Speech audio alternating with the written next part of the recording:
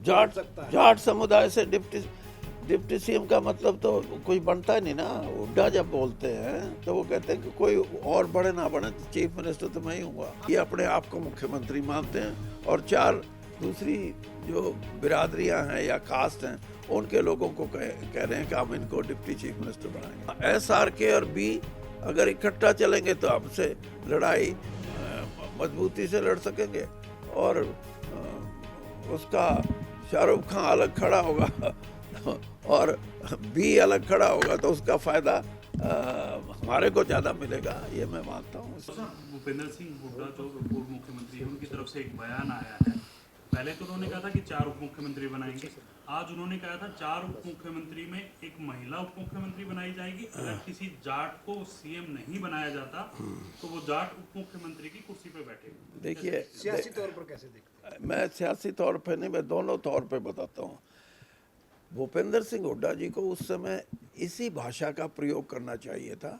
भाषा के शब्दों में और भाषा को बनाने में कहीं ना कहीं उनसे जो चूक हुई है वो यही थी कि आम साधारण आदमी ने ये समझ लिया कि ये अपने आप को मुख्यमंत्री मानते हैं और चार दूसरी जो बिरादरियां हैं या कास्ट हैं उनके लोगों को कह रहे हैं कि हम इनको डिप्टी चीफ मिनिस्टर बनाएंगे।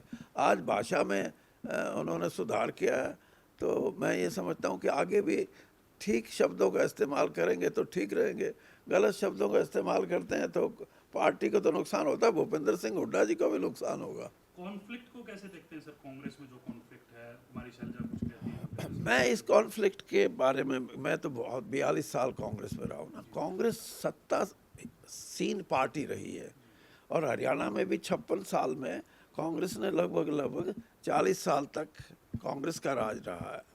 तो यहाँ जो आदमी स्थायी तौर पे अपनी जगह बना लेता है, MLA बन के या मंत्री बन के या मुख्यमंत्री बन के, वो लोग फिर अपनी उस स्थिति को और मजबूत करने में जुट जाते हैं और उसी को आप मीडिया ये समझता है कि ये ग्रुप है।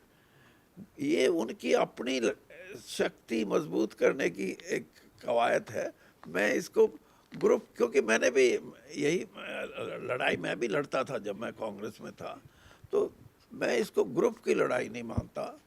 मैं एक ज़रूर मानता हूँ कि इससे नुकसान होगा अगर अलग अलग चलते हैं। फिर भी मैं ये कहता हूँ ग्रुप की लड़ाई नहीं है, अलग अलग चलना नुकसानदायक है। इसलिए वो शाहरुख खान का क्या था वो,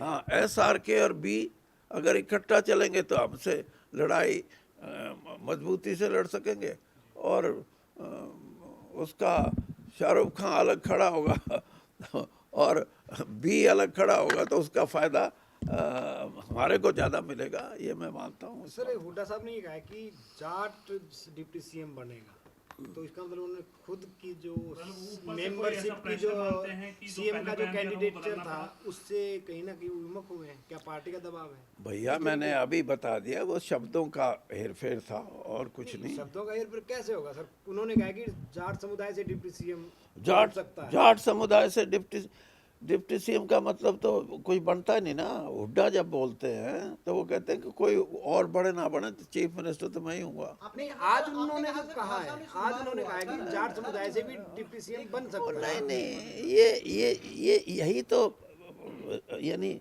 आफ्टर थॉट जिसको बोलते हैं ना अंग्रेजी में, ये आफ्टर थॉट है। ये कोई उनकी इच्छा को प्रदर्शित नहीं करता। आपने कहा सर उनकी भाषा में सुधार हुआ है, क्या किसी प्रेशर के अंदर हुआ है? क्या दबाव? किसके अंदर? आपने कहा आज का बयान दबाव है। भाई देखो, एक तो मैं कांग्रेस की बात, मेरे को अब प्रेशर ना प्रेशर की बात, मैं तो हुड्डा मेरे साथ बहुत रहे हैं ना।